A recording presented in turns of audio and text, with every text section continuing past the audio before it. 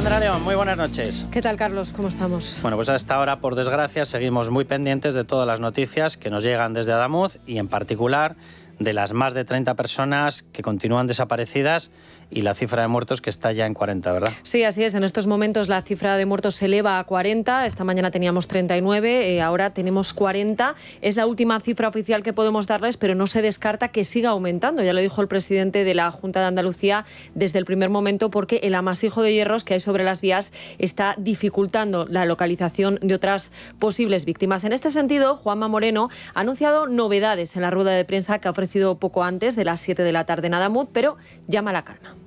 Acaba de llegar ya un material para una gran grúa que ya está en la zona, que ya se está empezando a montar, pero que todo indica que va a ser lento porque va a haber que retirar mucho material para poder levantar esos vagones del Albia, que es donde se encuentra o donde podría encontrarse ciudadanos fallecidos. Hay familias completamente rotas y, bueno, pienso en esa niña de 6 años, que este caso es un drama, que volvía de Madrid de visitar el Santiago Bernabéu y de ver el Rey León como regalo de Reyes, y ha perdido a sus padres, a su hermano y a su primo. De hecho, se la encontraron completamente sola, deambulando por las vías, y ha tenido que pasar la noche junto a una agente de la Guardia Civil. Es una historia terrible y, como esa, pues desgraciadamente muchísimas otras. Además, hasta ahora todavía hay en los hospitales, Carlos, 41 heridos, 12 de ellos en la UCI, incluido un menor. Por cierto, que Juanma Moreno ha comparecido esta tarde junto a Alberto Núñez Feijóo, líder del Partido Popular, que también se ha desplazado a la zona para mostrar su apoyo a las familias de las víctimas y a los supervivientes, pero también para comprobar sobre el terreno cómo se están desarrollando las labores de rescate, porque, según denuncia, a pesar de la gravedad de los hechos, el presidente del Gobierno no le ha informado de nada. Yo no he tenido ninguna información del Gobierno, ni directa ni indirecta. Es decir, el Gobierno no nos ha dado ninguna información. La información que tenemos es a través de la Junta de Andalucía y a través de ustedes, de los medios de comunicación. No estaría además que mostrará algo de cercanía, digo, no sé ya, Pedro Sánchez en esta tesitura. Yo desde ayer veo con mucha extrañeza las reacciones en el Gobierno. Yo, repito, no sé lo que ha pasado. Lo que sí que sé es que al final la vía es de gestión pública. La gestión pública se hace desde el Ministerio. Si se ha abierto para que entren otros operadores, y esto te lo enseñaban en Derecho Administrativo, por mucho que tú abras la concesión, la responsabilidad sigue siendo administrativa. Es decir, yo no sé si ha sido la vía, yo no sé si ha sido una soldadura, yo no sé si ha sido la obra, yo no sé si han sido las agujas. Lo que sé es que en España el tejido ferroviario cada día funciona peor y cada día es más grave. Y la prueba evidente la tenemos en los distintos accidentes e incidentes.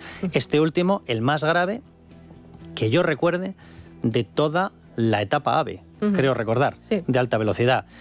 Y eso debería haber llevado efectivamente a que Óscar Puente, no sé, hubiese mantenido una actitud mucho más cercana. Me llama la atención una persona que no ha dudado en culpar a los responsables de las compañías de los trenes en otras ocasiones. De hecho, y yo creo que ya está acreditado, mintiendo de una forma absolutamente escalofriante, en estos momentos haya mantenido una especie de silencio y cautela extrañísima. Fíjate, te iba a decir que... Y Pedro Sánchez directamente ni habla con la oposición. Ni habla con la oposición, pero citabas tú a Óscar Puente, y es verdad que esta mañana ha estado en esa rueda de prensa, ahora hablaremos de ella, bueno, rueda de prensa no, comparecencia ante los medios que ha protagonizado Pedro Sánchez, y bueno, pues ha extrañado que él no dijera nada en esa comparecencia. Acto seguido, él ha escrito un tuit, ya sabes que él es muy usuario de las redes sociales, y ha dicho que iba a atender a todos los medios que se lo reclamasen. Yo no sé si ha atendido a muchos, lo que sí sé es que a quien ha atendido esta tarde es a Malas Lenguas, a Televisión Española, a ese programa de Televisión Española, donde ha vuelto a repetir que efectivamente él se reafirma en que estamos en el mejor momento de la historia y que es absolutamente fiable todo el servicio ferroviario en España. Aquí hay dos fases. Una, la de que a ti te puede ocurrir una cosa, evidentemente, si no estás atendiendo la vía y la inversión, se te puede disparar el número de accidentes, eso es obvio, eso es de cajón. Pero dos, desde que empezó esta historia de que ya los pasajeros se cansaron, las administraciones autonómicas se cansaron de tener un tren lamentable, cuando teníamos todo un orgullo de tren en España. Era el orgullo. Cuando los turistas venían y sabían que podían enlazar perfectamente aviones, con trenes, porque no se iban a quedar nunca colgados. Y cuando todos ellos se dan cuenta de que eso se ha acabado, le empiezan a pedir explicaciones a Óscar Puente. Y a partir de ahí empieza la segunda fase. Ya no solamente es la de la inversión, ya no solamente es la de incidentes o accidentes. Es la fase en la cual tú le alertas a un cargo público y le dices, esto va muy mal. Y lo que él te contesta es mentira.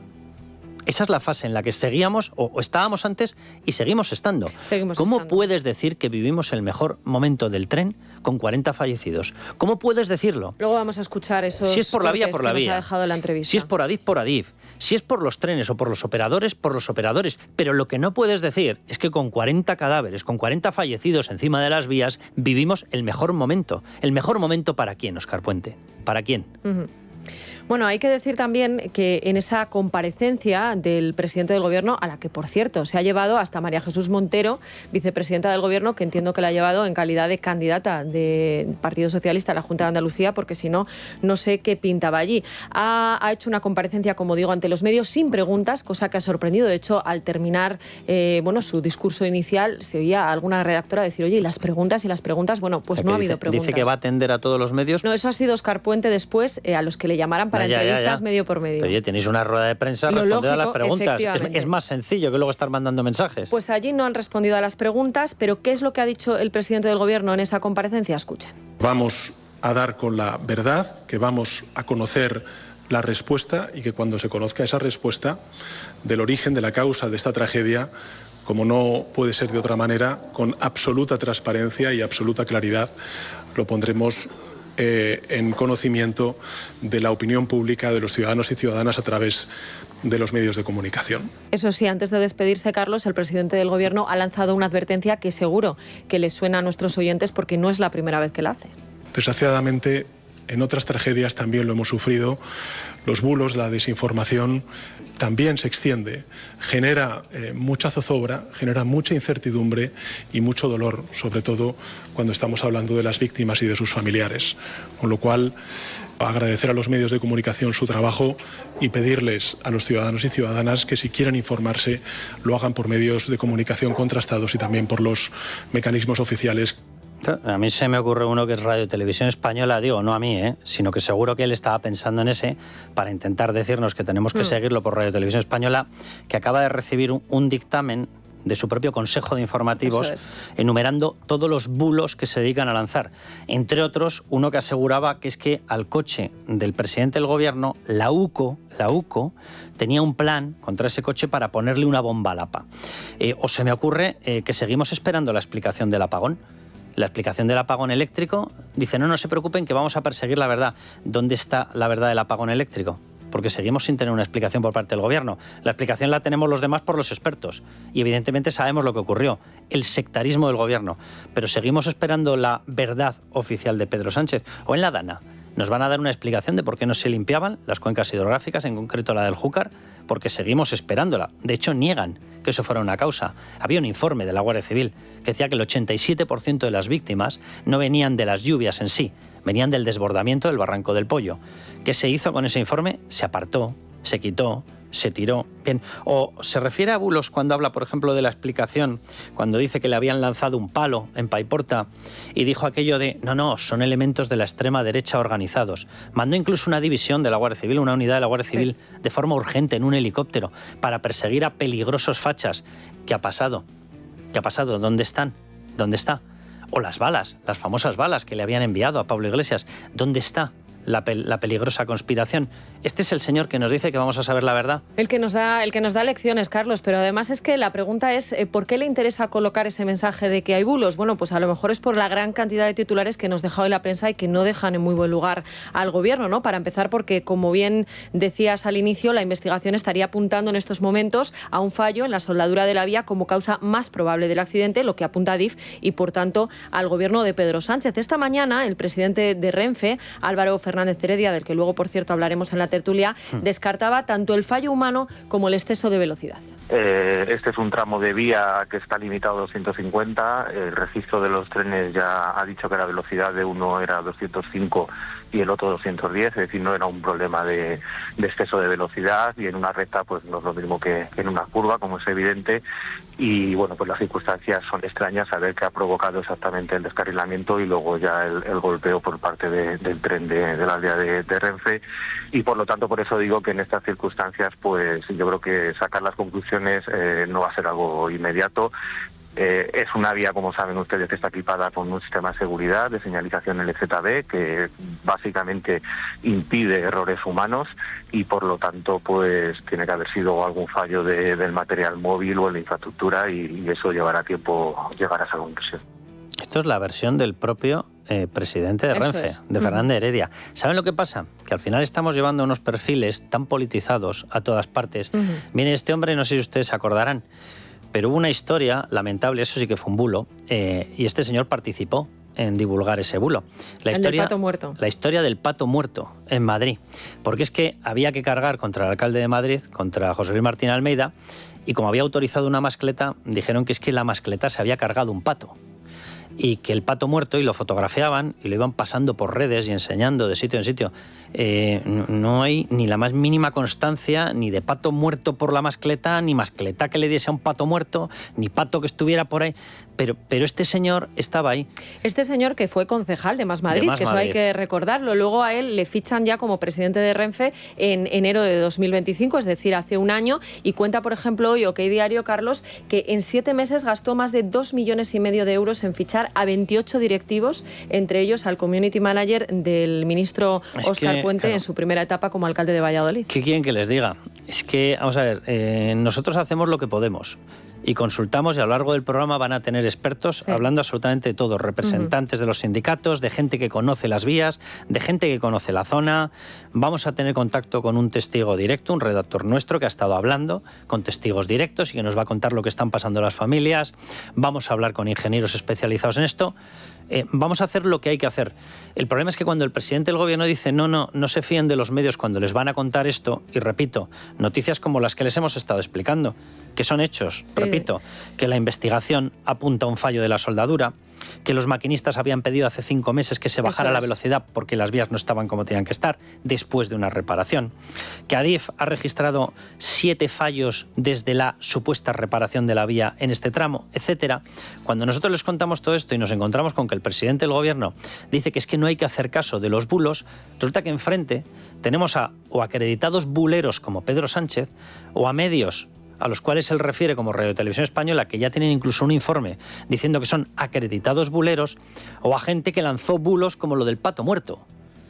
Dices, perdone, es que esta es la situación que tenemos en España. Claro, por eso yo decía que al final cuando le interesa colocar la palabra bulo, precisamente porque hay muchas noticias hoy en los medios de comunicación que les ponen un serio aprieto. Ni una les deja bien. Claro, tú has mencionado unos cuantos titulares, pero podemos seguir añadiendo, ¿no? En el diario El Mundo, por ejemplo, un supervisor denunció hace 6 meses bruscos saltos a su paso por Aldamut, las gateras caen en la cabeza de una tripulante. La Razón, un ingeniero mecánico alertó en octubre sobre el accidente de tren en Aldamut, es cuestión de tiempo que haya un desastre. O en Libertad Digital, España invierte 1/3 de lo que dedican Francia o Italia al mantenimiento de la red ferroviaria, que es algo de lo que luego también vamos a hablar en la última parte de nuestra tertulia, porque creo que también es importante, ¿no? Mira, yo repito, la política se basa en hacer lo que debes, o se debería basar en hacer lo que debes. En España no se está haciendo lo que se debe. Se está haciendo lo que Pedro Sánchez debe a los golpistas, proetarras, separatistas y prófugos que le han pagado el sillón. Esta es la historia. En vez de hacer lo que le debemos a la población, que es la que paga todo, Pedro Sánchez está pagando sus deudas particulares de poder. Entonces, yo no sé si esa es la causa de este accidente concreto, pero repito, lo que tengo clarísimo es que es el contexto. Y cuando tú no destinas ni el esfuerzo ni la capacidad presupuestaria que tienes que destinar a las cosas importantes, pasan cosas, ocurre en todas partes. Ocurre en todas partes. Y cuando la política la has llenado de sectarios, y cuando los cargos, incluso en empresas públicas, se han llenado de sectarios políticos, no llegan técnicos, no llegan expertos, no llegan profesionales. Llega esta gente. Los del pato muerto, los del pato vivo, que muere pasado mañana. No sé exactamente qué tipo de pato. Pero llega gente que no son los que el mercado hubiese puesto al frente de ningún sitio. Evidentemente tampoco en los ministerios. ¿O es que Óscar Puente tiene algún conocimiento de todo lo que estamos hablando? Por cierto, hablando de Óscar Puente, lo que está diciendo ahora mismo el ministro es que la circulación de trenes entre Madrid y Andalucía podría recuperar la normalidad el 2 de febrero. Es decir, que como mínimo estaríamos esperando 2 semanas. Esto lo está diciendo ahora en una entrevista en La Sexta, porque como bien digo, pues él anunció que no respondía a preguntas en la rueda de prensa, pero que se iba a hacer una tournée mediática, la primera entrevista en Televisión Española, la segunda La Sexta, en fin, que cada uno saque sus propias conclusiones. Pero déjame que haga hincapié en algo que has mencionado antes y que yo creo que es importante subrayar, sobre todo por si hay alguien que se está incorporando en estos momentos, algún oyente que se acabe de conectar, que es relativo a las empresas que han participado en esas obras de renovación de la vía y que yo creo que es muy importante. Evidentemente, como bien decías, no hay que sacar conclusiones precipitadas, pero sí hay que facilitar el contexto. Pero tampoco ocultar los hechos. Claro, eso es, y no ocultar los hechos. Y venimos hablando de cómo Óscar Puente ha hecho hincapié en el dinero que se ha gastado este gobierno en renovar la línea. Pues bien, noticia del Economista del 10 de abril de 2022. Adif mejorará la vía Madrid-Sevilla en su 30 aniversario. El contrato del tramo entre Guadalmedina y Córdoba, decía la noticia, se ha adjudicado a la UTE formada por, entre otras constructoras, AZBI por 52,49 millones de euros. Claro, ese tramo es en el que se encuentra precisamente el tramo donde se ha producido el accidente. ¿Y qué es AZBI? Una de las constructoras salpicadas, qué casualidad, por la trama Koldo. Durante el mandato de Ábalos, AZBI recibió, según la UCO, 165 millones de euros y en 2023 AZBI contrató a Koldo como asesor en Latinoamérica por 6.000 euros al mes más comisiones. Un contrato que, como bien recordabas, pues estuvo vigente hasta su detención. Por cierto, una comisión llamativa, ¿eh? Porque la comisión, según el contrato, era para conseguir obras en Latinoamérica, dicen ellos, en Hispanoamérica. Bien, la comisión por obra conseguida era del 0,75%. Hablamos de obras que perfectamente pueden valer 100, 150 millones. Si vas en UTE te corresponde menos, pero el 0,75% es un pedazo de pellizco. Un pedazo de pellizco sobre las obras. Yo simplemente les traslado a ustedes la pregunta. ¿Ustedes contratarían como experto ferroviario a Koldo García Izaguirre?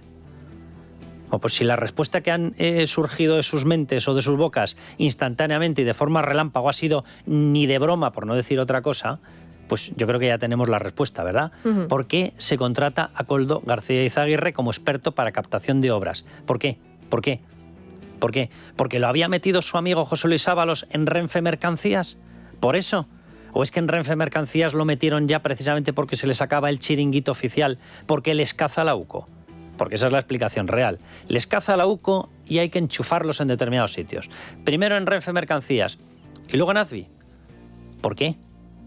¿Alguien me puede dar una explicación coherente? ¿Qué ingeniería tiene Koldo García Izaguirre? Porque yo lo desconozco, ¿eh? ¿Qué ingeniería especializada en tema ferroviario? En caminos, en puertos, en resistencia de materiales. ¿Qué sabe de resistencia de materiales? Casi prefiero ni hacer chistes, ¿verdad?, con la palabra resistencia. Bueno, pues alguien nos tendrá que dar una explicación de por qué pasan todas estas cosas en España. Lo único que sé es que desde hace unos años todo lo que nos pasa es lo malo. No nos pasa nada bueno. Desgraciadamente sí. Bueno, hablando de Koldo, ojo, porque hoy hay varias noticias importantes, más allá de que tanto él como Ábalos vayan a seguir en prisión, algo que ya se daba prácticamente por hecho. Así que, aunque hoy el accidente de Córdoba obviamente lo copa todo, déjenme que les dé algunos apuntes antes de irnos a la tertulia. En el Confidencial leemos, Carlos, que Acciona ha admitido ante Hacienda que pagó 677.000 euros a Santos Cerdán por trabajos que ahora no puede demostrar. La empresa reconoce ante la agencia tributaria hasta 48 facturas con Servinavar de servicios, y esto es un entrecomillado, cuya materialización no ha podido ser constatada y sobre los que no existen dudas fundadas de la autenticidad de su soporte documental. Es decir, que hay dudas de que haya un contrato que respalde estos trabajos. ¿Sabes lo que pasa?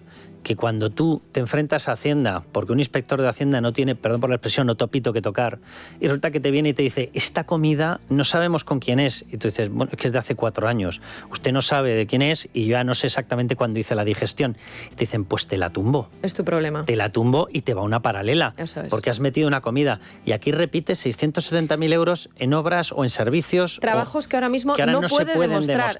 Dice ya. Reconoce la propia Acciona que existen dudas fundadas de la autenticidad de su soporte documental, es decir, de que haya un contrato. Ya. pero hasta que no ha llegado la UCO no nos habíamos enterado de nada. De nada. Pero cuidado con meter un café con croissant, y ya, si es a la plancha y con mermelada, ya ni les cuento, cuidado, que saltan las alarmas en Hacienda, si eres un autónomo, si eres un asalariado, si eres un empresario, etcétera. Entonces saltan todas las alarmas, menos aquí. Menos aquí. Y otro titular, porque cuenta Esteban Urretieta en el diario El Mundo que Zapatero, José Luis Rodríguez Zapatero, cobró de su amigo detenido en Plus Ultra por consultorías globales. Habla de cantidades sin determinar, pero ojo porque el propio expresidente lo corrobora. Se lo ha corroborado a Esteban Urretieta, alegando, eso sí, que todo es legal y que recibió ese dinero por asesorías retribuidas de consultoría global. Cabe recordar, Carlos, que este señor, Julio Martínez, que es el empresario con el que se reunía de forma clandestina en el Pardo, eso es, también pagó a la empresa de sus hijas. No solo a Zapatero, también a la empresa de sus hijas, que además, en cuanto salió esto a la luz, borró todo su rastro directamente